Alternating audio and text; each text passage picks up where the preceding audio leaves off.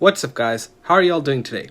So Apple is apparently developing their own electric vehicle that is going to be equipped with self-driving car technology. So this report was leaked directly from Apple, supposedly, to Reuters, and only Reuters for some odd reason. And so what I'm going to be doing in this video is just basically doing a breakdown of the article and seeing what information we can extrapolate from it and possibly predict what the Apple car might be like.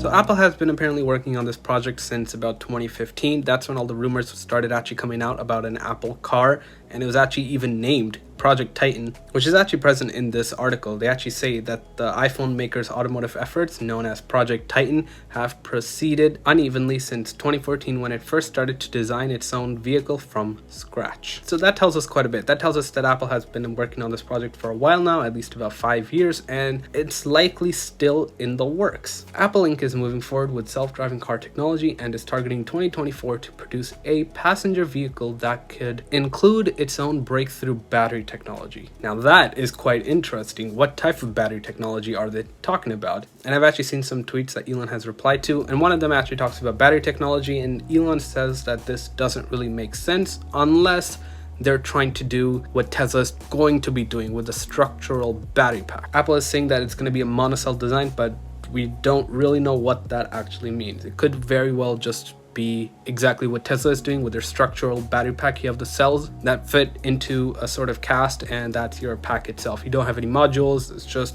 a part of the structure of the car. So continuing on, a person from Apple who worked on Project Titan, Apple's car project, said, if there is one company on the planet that has the resources to do that, it's probably Apple. But at the same time, it's not a cell phone. And in this case, he's referring to the car, the Project Titan, or the Apple car, whatever you want to call it. People have even named it iCar, which is kind of a stupid name if you ask me. So now here's something very interesting that I want to just highlight here. It remains unclear who would assemble an Apple branded car, but sources have said they expect the company to rely on a manufacturing partner to build vehicles. And this isn't uncommon. We've seen this with Rivian. Amazon is partnering with Rivian so that Rivian can actually build the vehicles. And Amazon also owns Zoox, which is a self-driving car platform. What Rivian and Zoox can do is partner up so that Rivian can actually produce the vehicles and Zoox can provide the autonomous driving hardware and software to be implemented in those vehicles. So this is something that I was also predicting.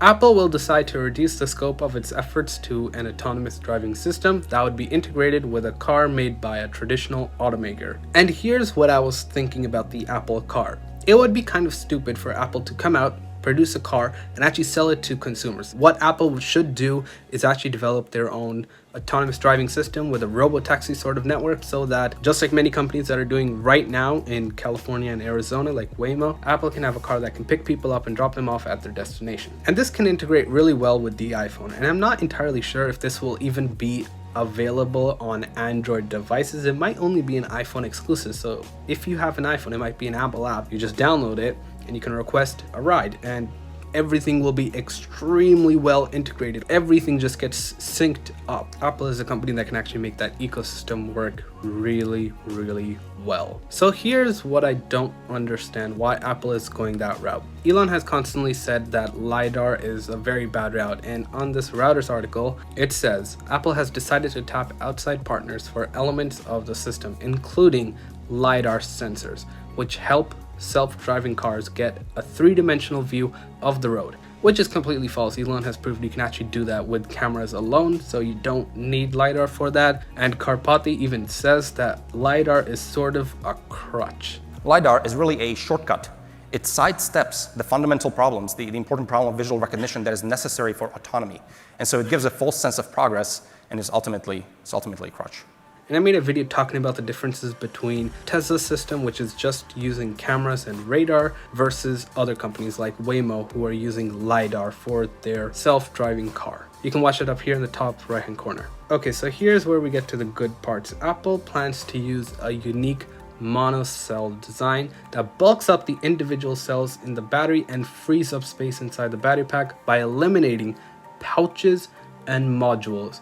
that hold the battery material. And by the wording of this, it seems exactly what Tesla is doing with their structural battery pack, basically beefing up the cell, which means the cell is now thicker and fatter, like the fat cells, the 4680s, and eliminating modules so that you don't need any structural rigidity. So it also says here that Apple is examining a battery chemistry called LFP, or lithium iron phosphate, and Tesla has been using this LFP battery in their China-made Model 3 Standard Range Plus. So it seems like Tesla's already ahead of what Apple was trying to do, because Tesla has it implemented and they're actually manufacturing vehicles with those batteries, whereas Apple doesn't even have a vehicle or a prototype yet, at least not in production. We don't know what they're working on behind the scenes, and it could very well be such an awesome vehicle that it blows everyone's mind. It's next level, the person said, of Apple's battery technology, like the first time you saw the iPhone. And that tells us quite a bit that this vehicle is going to be quite impressive compared to the regular vehicles out on the market. And it's a good thing, because Tesla has been pretty much a lone survivor for now, basically a monopoly on electric cars, because there's really no other competition. Sure, you got other electric vehicles, but they're not really directly competing with Tesla. They're more expensive, have less range, they're just worse vehicles, and some are even more expensive than a Tesla, so I don't know. But this tells us that this vehicle can actually be really good, and if that is the case, then bye-bye for Legacy Auto. They're gone. They're going to go bankrupt. Tech industry is taking over the car business. In order to have a viable assembly plant, you need 100,000 vehicles annually, with more volume to come. So this references to making a profit by making vehicles. And the more vehicles you actually make, like mass production, the lower cost it is for an individual vehicle, because the costs spread out, or I should say the fixed costs spread out. And so you can bring down the cost of the vehicle itself. And because I don't think Apple will actually be selling this vehicle, instead it will be more like a service, that is just more profit. And I want to end this video off by talking about this quote. My initial reaction as a shareholder is, huh? Eden said, still, don't really see the appeal of the car business, but Apple may be eyeing another angle than what I'm seeing. And this is exactly what I referenced earlier in the video when I talked about Apple might not actually be selling the vehicle to customers, and instead it'll be more of like a ride-sharing fleet sort of thing. And here's why I think that's going to be the case. Few reasons. Apple loves profit. In fact, the car market is a pretty bad market to get into if you're looking for profits, because the profit margins on vehicles are usually pretty low, 5 to 10% for most of them. So what that really means is Apple, a company that really loves profits and high profit technology company, would not get into a market where profits are generally very low unless they can provide something of great value that will ultimately change the face of the market itself.